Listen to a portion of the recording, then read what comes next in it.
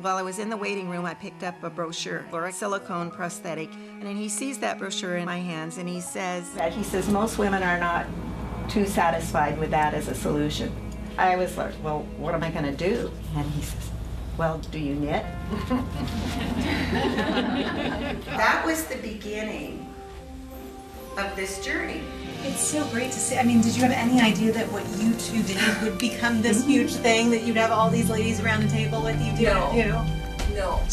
Knitted knockers are exactly what they sound like, handmade prosthetics for breast cancer survivors. A friend who is an avid knitter looked into it for her and was able to create one for Barbara to try. It all of a sudden put a smile back on her face at a really dark time in her life. But it wasn't enough for Barb to feel good about herself again. She wanted to help other survivors. The organization Knitted Knockers has only been around for a handful of years. Her dream is to have groups like this around the world. But already they're changing lives. They are changing lives one stitch at a time. It started as a way to give back to those in need, and now it is a nationwide nonprofit is looking to help survivors. A nonprofit group powered by volunteers is finding success all over California and across the state of Wisconsin. In Panama City Beach, Washington, whose simple idea has become a passion for these Oxford women. Knitters in Albuquerque is using their craft for a cause. In Washington State to yarn shops in West Michigan are donation points. It connects knitters and crocheters with breast cancer patients. Explains how they're making women feel whole again. Started by a breast cancer survivor in the state of Washington, so it's all over the place. In good health, more than 250,000 women will be diagnosed with breast cancer this year. 1 in 8 women will have breast cancer in their lifetime. And with 50,000 mastectomies done a year, about 90% of those will wear a breast prosthetic at least for a while. More breast cancer survivors who've had a mastectomy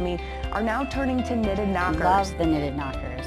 They're a great alternative to the traditional prosthetic. I mentioned to the group something about the Knitted Knockers organization, which I had read about in various magazines. Able to help breast cancer survivors regain not only their figure, but also their confidence. Story of Knitted Knockers and the woman behind them. Little did I know the amazing network of volunteer knitters that are out there all across the country to provide for their own communities, to provide directly knitted knockers to their own cancer clinics and their medical clinics. Bringing that little bit of light to all those women fighting breast cancer takes plenty of time, resources, and money. And we just appreciate every one of those donations to help us get this done. Nobody gets any paychecks here. It's all volunteer. They're distributing them all over the U.S. all and over the country and internationally. Like I say, all over the world. Providing an incredible service to breast cancer survivors worldwide. Breast cancer survivors have another option, which caused a prayer group in Nairobi to start knitting woolen artificial breasts. Volunteers had time joining the rest in the Knockers Knitting Club. Trained on how to make knitted knockers for the women of their country, and it was just received amazingly. They've been incredibly well received already. And even an award from the Susan G. Komen Foundation that created a tidal wave of demand. The amazing privilege of that was beyond belief. And welcome to Monday Night Football, which is Breast Cancer Awareness Month. The Seahawks recognizing that. But beyond that, it's showing in a tangible way how people care. Thanks for making Knitted Knockers. Donated with love and a little bit of humor. One side's down and one side's perky. So no, test that yarn away. But we want it to be... and always from love. To make them feel better about themselves. Knitted Knockers open a door to hope. Little did I know that cancer would change my life in such a positive way. With yarn, needles, and stuffing. These women are bringing helping comfort others to regain their others. confidence. A feeling of thanks. Yeah, they're close to my heart, like literally now.